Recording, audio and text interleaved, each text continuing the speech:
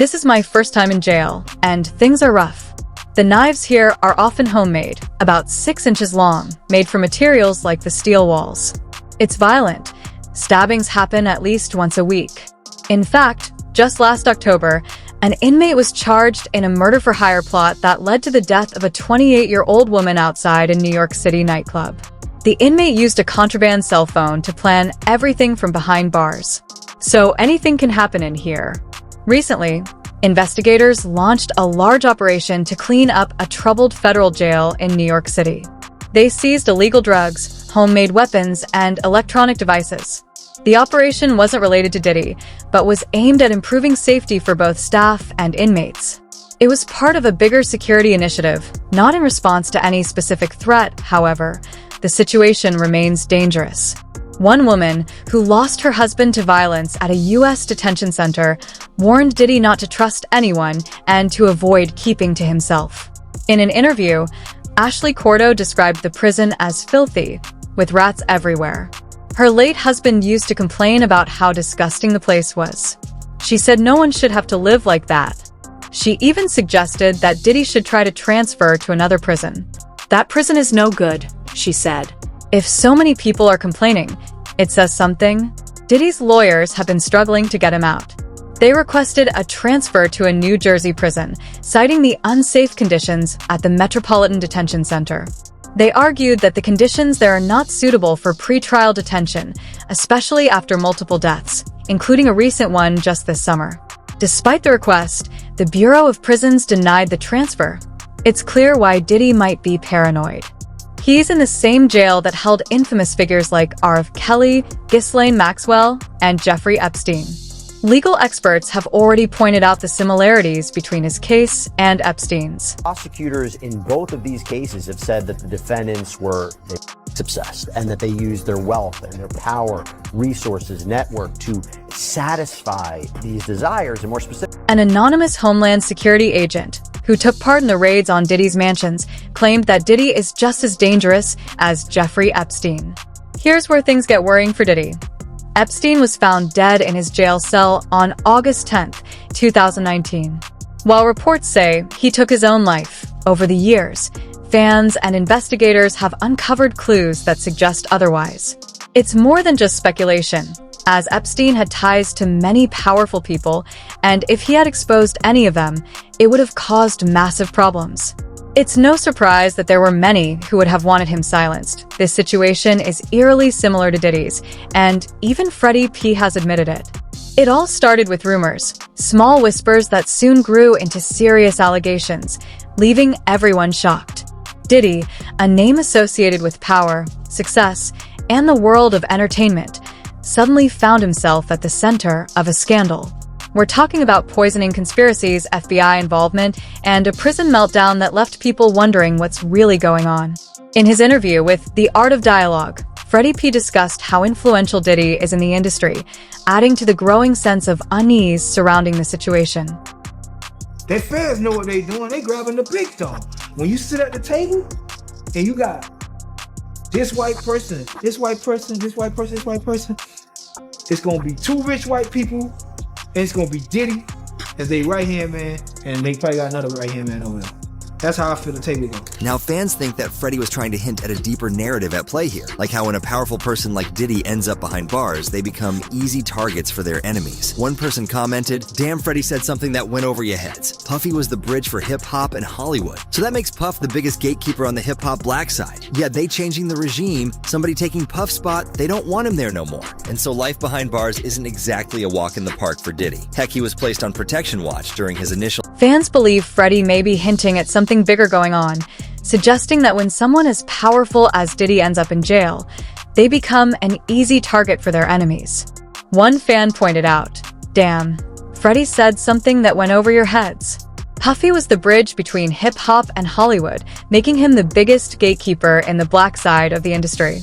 They're changing the regime. Someone's coming for Puffy's spot, and they don't want him there anymore. Life behind bars is no easy feat for Diddy. In fact, when he first arrived, he was placed on protection watch, a clear indication that there are serious concerns about his safety in prison. We all go to Steve Rifkin's house, and there was some weird vibes going on. that I didn't really pay attention to at first. And then when Diddy came, in the party, he tried to holler at Jill Marie Jones' girlfriend. And she was like, "Get out of here, Puffy, that's my girlfriend." The nigga like, "I'm trying to put her on." You know what I'm saying? And he was making his way around the deck of the party. Like, I didn't go inside the house. It's like when we came in, we came through the back on the deck. He had a back deck. And then you could go from the back deck, you could go in the house. I was on the back deck with Boogie, Queen Latifah's girl. And we was burning the L. And then Diddy came over with, the booty goons. And they was giving me the saliva look. You know what I'm saying? Like, you know how the wolf looking at the steak? You know what I'm saying? And I'm ice grilling him back like, "Yo, nigga." Right? And then, then I realized, like, oh, this nigga's like hitting on me, like, and he's standing here and he got like 3 to 5 niggas standing there and they all staring at me. Like, they was looking so hard, nigga, I put my head down. Like, you said this is too intense, bro. I went and grabbed Hillary. I pulled her outside, and she just thought that shit. She was tickled pink. She thought it was the funniest shit in the world. Like, "Yo, go get Kim. We out of here." I ain't even go back in. And she went and got Kim. We bounced and we left. So he must have did that to a lot of dudes, man, and just assumed that all dudes just go for that, man, just in order to just go out and try people like that. I would think it was my environment. It's the after party. You know what I'm saying? They probably are used to certain people coming to the exclusive party. You know what I'm saying? I didn't know where we was going. I just knew that he invited us over there, or invited Kim over there, not me, because I was with Kim. You know what I'm saying? And, we just went thinking it's another party. But I never went in the house, so I don't know what took place in the house. I'm not saying it was a freak off or not, you know what I'm saying? Because it was Steve Rifkin house. It wasn't. According to Diddy's attorney, Mark Agnifilo, the decision to place him on protection watch was standard protocol for high-profile inmates. At the time, Diddy was described as strong, healthy, confident, and focused on his defense.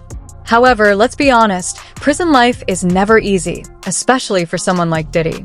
That's why he keeps applying for bail. Recently, he proposed a new $50 million bail package that includes 24/7 security monitoring, home detention, and limits on who he can contact. Only his legal team. He also agreed not to use the internet or phone, and would have a pre-approved list of family members who could visit. Additionally, he promised to surrender his passports, including those of his family members. Diddy's legal team also argued that new evidence shows the government's case against him is weak. Fans are eagerly waiting to see what the judge will decide. At the end of the day, though, no one's exactly feeling sorry for the former music mogul. He's caused a lot of damage to people's lives, and for many fans, they believe he's getting exactly what he deserves. But what do you think? Is Diddy justified in his paranoia, or should he just accept his fate? Let's rewind a bit. The rumors surrounding Diddy took off last year when actor Jamie Foxx suddenly disappeared from the public eye. Foxx's unexpected hospitalization sparked a lot of speculation, but no one could have predicted the explosive claims that followed. According to multiple sources, Foxx allegedly hinted during a Netflix special taping that Diddy might have been involved in his health scare. Foxx even reportedly told the audience, "I called the FBI on..." But all the alleged participants was there. You know what I'm saying? All the alleged undercover home niggas and women were there. You know what I'm saying? So he felt at home to make that move. Do you feel like Ja Rule was part of that? Do you know personally know Ja Rule? Yeah, I know Ja. Do you feel like he on that type of time? I never seen him do anything for me to say that he's on that type of time. Okay, gotcha. Yeah, Ja Rule seemed cool, man. I had him on the show and all that, man. But when that news came out, I'm like, damn, bro. I hope the homie ain't switch sides on us or nothing. Well, what news? What's that? What news are you referring to? Well, basically, those claims that Gene Deal put out there, man, about them being in the room together. Oh, come on, when Gene Deal was guarding the freak door. Exactly. And Ja Cousin tried to come and go in. And he's like, nah, nigga, it's the freak door. You can't go in. You heard it. There's some real freaky shit going on there. But just because Ja Diddy, because I think they said Ja Diddy and 2 chicks was in the room. You know what I'm saying? So that they could have just been, I don't know what they could have been doing, but he didn't insinuate that Diddy and Ja was doing anything. He kind of made it seem like they was in there popping off with some chick. Okay. So I'm not going to try to throw Ja in that mix. Now, if it was all niggas in there, then you know what I'm saying. But for me, I'm gonna give Ja the benefit of the doubt because he said it was. They asked him.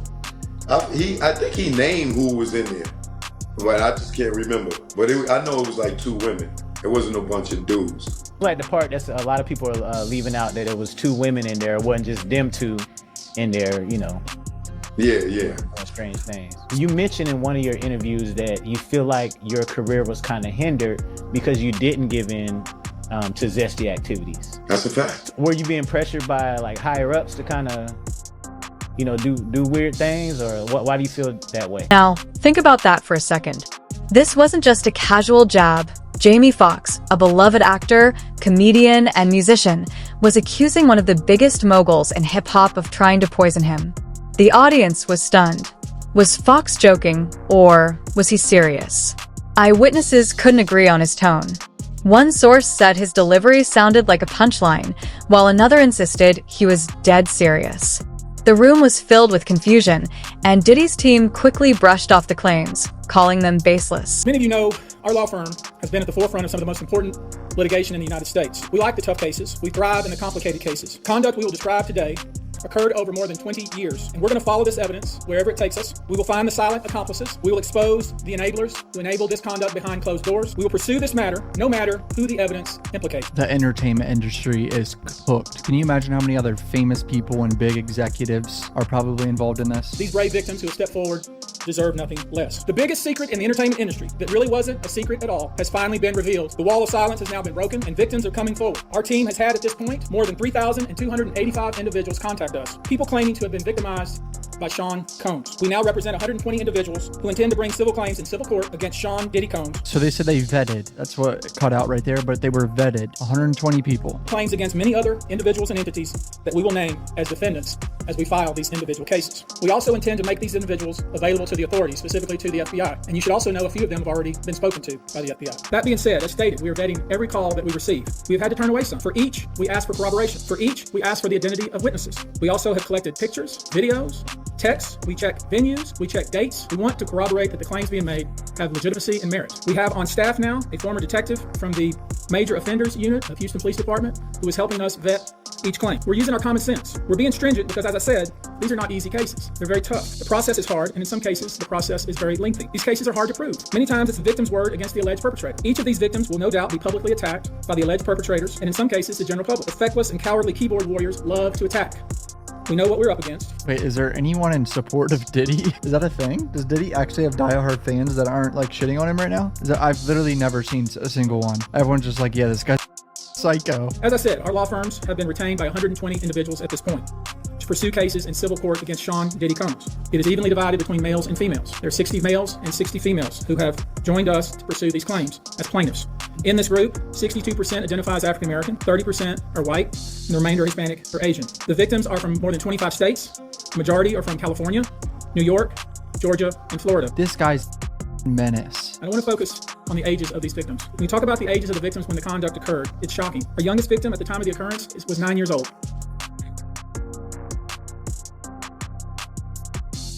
Okay, I didn't know about that. I thought this, what? I swear in my life I did not know about that part. Oh no. We have an individual who was 14 years old.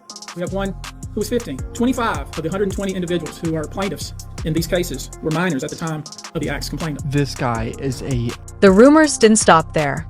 As Diddy's legal troubles grew, Allegations began shaking up his career, and his past actions and associations came under intense scrutiny.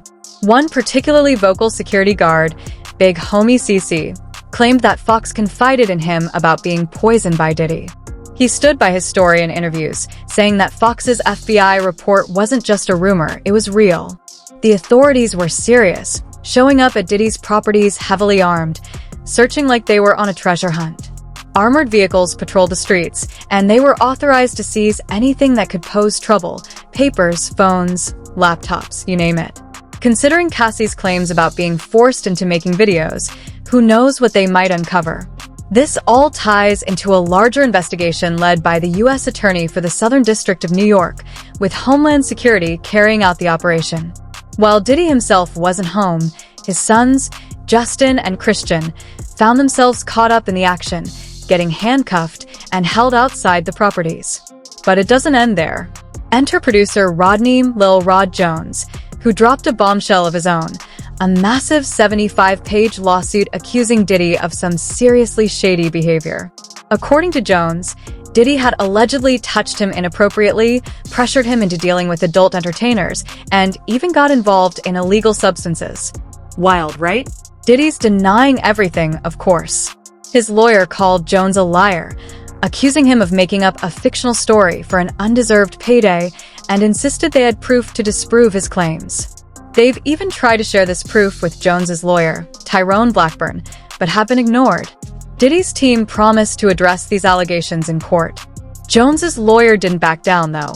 He sent a letter to the judge detailing more shady moves, including accusations that Diddy's team was spreading fake stories about Jones on TMZ and harassing his kids and exes. The lawyer also claimed that Diddy tried to manipulate Jones, pressuring him to drop his current legal team and hire someone more aligned with Diddy's interests. Things got even messier when, just hours before Diddy's house got raided, I'll be sure, Quincy's dad and Kim Porter's ex popped up on Instagram with cryptic messages about karma and payback. Given what he's been through, he seemed to think the universe was balancing the scales. While Diddy wasn't at either of his properties when the feds arrived, his sons were there, holding the fort. Some speculated that Diddy was pulling a Houdini, but it turns out he was just catching a flight to Miami. Then came the tipping point: Diddy's incarceration. What was supposed to be a routine legal proceeding turned into chaos when reports emerged that the music mogul had a total meltdown behind bars, allegedly fearing for his life and claiming that people were trying to poison him. The tables had turned. The accuser had become the accused, or so it seemed. Conduct at issue spans from the years 1991 all the way till this year, 2024. If you wonder why there are so many alleged victims, that's your answer. We're talking about more than 25 years of this type of conduct. Now, although most of the victims who have stepped forward were victimized after 2015, this has been going on for a very long time. When you think about the fact that some of this conduct occurred 25 years ago, and you wonder why would it take somebody so long to step forward, I want to remind you that many states in the United States have recognized that it's very difficult for a victim to step forward and to make these types of allegations when something very terrible has happened to them. The acts complained of in these cases that we're going to file occurred primarily in New York, either Manhattan or the Hamptons, or occurred in California, primarily in Los Angeles, or in Florida. Most of these events and incidents occurred at parties, typically after parties, album release parties, New Year's Eve parties, 4th of July parties, something they call a puppy party, all-white party, although several of these events occurred at auditions. Many times, especially young people wanting to break into the industry, were coerced into this type of conduct in the promise of being made a star, or in the promise of having Sean Combs listen to their tape or even let them read for Sean Combs. Okay, yeah, I'm seeing the 9-year-old was promised a record deal and then by Diddy. Some of this behavior occurred at well-known venues in New York City. Some of this behavior occurred at private residences of people that we all know. Some of this behavior occurred at hotels that we're all familiar with. You should know that more than 55% of the victims reported this conduct to either the authorities, that is the police, or to hospitals. We're in the process of collecting with our team assistants medical records who did in fact seek medical treatment, were drug tested. Drugs were found in their system, weird drugs that you probably never heard of. One in particular that continues to pop up is a drug called xylazine, or Trank, which based on our research is known. There's been a lot of reports that we're filing a class action. This is not a class action. Class action is when one or two people file a case on behalf of a group of people. That's not this. These cases will be individual cases. Each case will live and die on its own merit. These cases will be filed individually, one plaintiff against whoever the defendants were involved in the case. Holy shit. But I may start naming names. That day will come, but it won't be today. The day will come when we will name names other than Sean Combs, and there's a lot of names. It's a long list already. Bro, you know there's famous people out there that are shaking in their boots that did shit with Diddy. Holy, they're probably in jail. So I already know who some of these individuals are, but because of the nature of this case, we're going to make damn sure that we're right before we do that. But the names that we're going to name, assuming that our investigators confirm and corroborate what we've been told, are names that will shock you. These are individual cases. There are indeed other perpetrators involved. They will be revealed when that particular individual case is ready to be filed. They already know who they are. And I'm talking here about not just the cowardly but complicit bystanders. That is, those people that we know watched this behavior occur and did nothing. I'm talking about the people that participated, encouraged it, egged it on. I call them the facilitators of foul play, willing participants in foul conduct. As we identify them, each will be part of this case as defendants. These defendants will not only include individuals, but will also include corporate entities who ultimately profited off of this culture and behavior. I'm looking at banks, pharmaceutical companies, hotels. We know that many of these individuals were paid cash. We know many of these individuals involved, whether they were the ones witnessing other people being used and then paid and threatened and told to leave, typically paid 10 grand in cash. Diddy's paranoia reportedly reached new levels during his time in prison. He refused to eat any meals, drank only bottled water, and kept a sharp eye on everything around him. Allegedly, he told fellow inmates, "They're trying to get me." His behavior left many questioning whether this was guilt manifesting as fear, or if there was something more to it. My friend had to do a number 2 and she was on stage, and he wouldn't let her be relieved, and so she ended up doing it on stage in front of everybody, and it was a wet one. And it went everywhere. It was so nasty, and Denzel was disgusted. He grabbed his wife and was like, "You don't respect nobody," and ran up out of there. Did you see people react like that a lot, or were most people going with the flow? It was so much going on. The people that noticed reacted, but it was just so much going on. If you weren't right there in that vicinity, you didn't even know. It was too much going on. But yeah, everybody, and everybody was just walking around zombied out. Like after a certain time, when you would make the announcement, if you don't, the regular party's over, if you don't want to participate in what goes on after. It's just interesting. I just want to bring up Justin Bieber for a second. Shout out to Justin Bieber, man. I'm a Justin Bieber fan. I want to work with him. Man, I have such empathy for you. You are a strong person, Justin. Shout out to you in your heart. You sing when I hear the pain. Now when I listen to your music, I hear the pain in your voice, Justin. All you wanted to do was sing. Your mother caught you playing your guitar, singing, and thought, let me help my son out. Let me focus on with God. Let me nurture this talent. And she thought she was doing the right thing by taking that video to Scooter Braun. And I'm sure Scooter Braun probably thought he was doing the right thing taking to Usher. But Usher, why you do him like that? You need to get slapped or something, Usher. You knew what Diddy was gonna do to him. What'd you get by taking him over there? And then you had the nerve, he signed to you? So you've been making money off him after you get him abused like that? You owe him all his money back. Are you Diddy number 2, 3, 4, Usher? Running around here. This is ridiculous, y'all.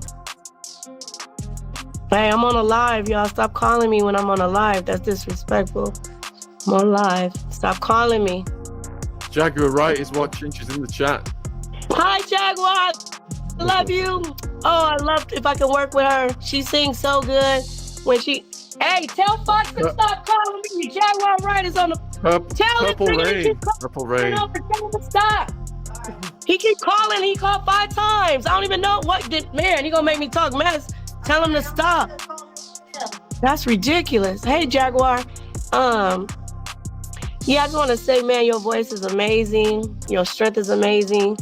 The internet was on fire. Social media exploded with theories, memes, and debates. Some people painted Diddy as a victim of a larger conspiracy, while others weren't so sympathetic, arguing that his past actions had finally caught up with him. Hashtags like #JamieFoxxPoisoning trended for days, fueling the conversation and keeping the drama alive across platforms. Featuring Chris Brown, it looks like it's gonna be crazy. You had made mention about Jamie Foxx, or he had made mention himself in a special, talking about his almost losing his life, and his hospitalization was due to Diddy. There are stories of him getting beat up and getting put, but I know he was on a movie set, but something from an altercation or something from drug related that was given to him. Diddy will pull up and get wild with you by himself. Like he's not soft. So that's the whole thing with him. Like, He'd pull up and take something like it. Bro, he'll pull up and, bro, he slapped Drake. He did, and everyone looked over that. Oh, I'm not gonna call him a gangster. But he be on some tough shit, bro. And it'll piss you off, like with his son with the lip gloss on and the waves all the time. Yeah. He swear he a gangster, bro.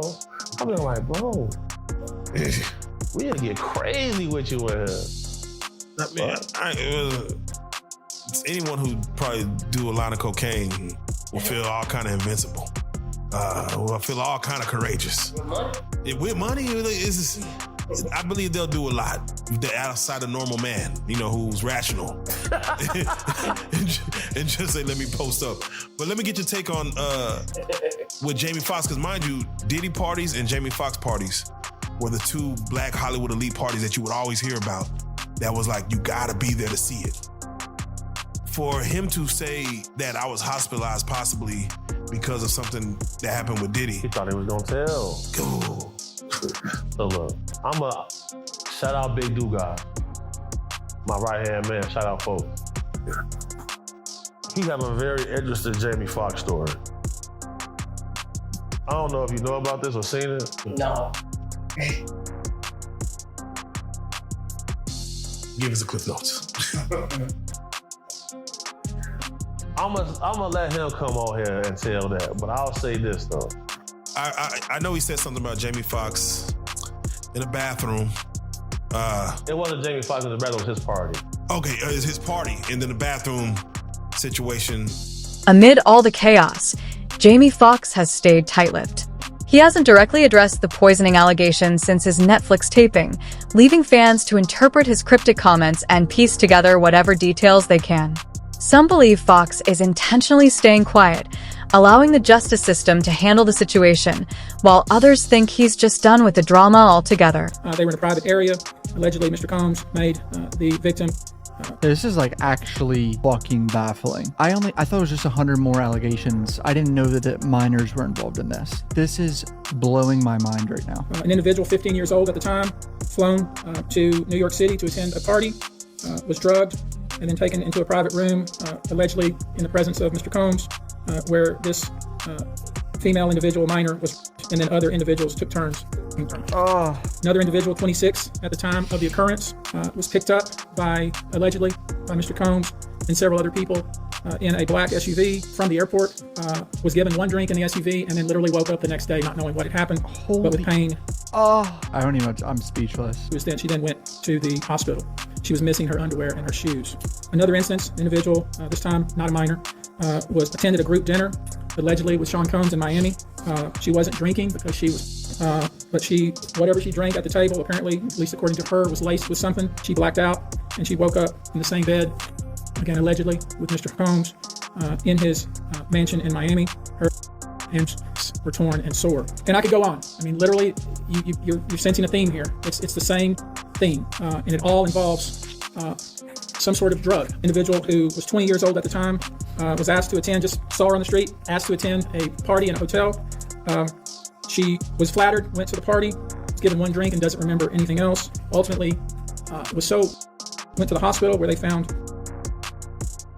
her blood system. I mean, this guy's... If all of this is true and evidence, and he said they got pictures, they got everything, they got a bunch of evidence, this guy's actually the devil, like straight up. This is some of the most disturbing shit you could possibly do to another human being, especially a child. That caught me so off guard. Love you guys. Hit subscribe. Peace out. Bye.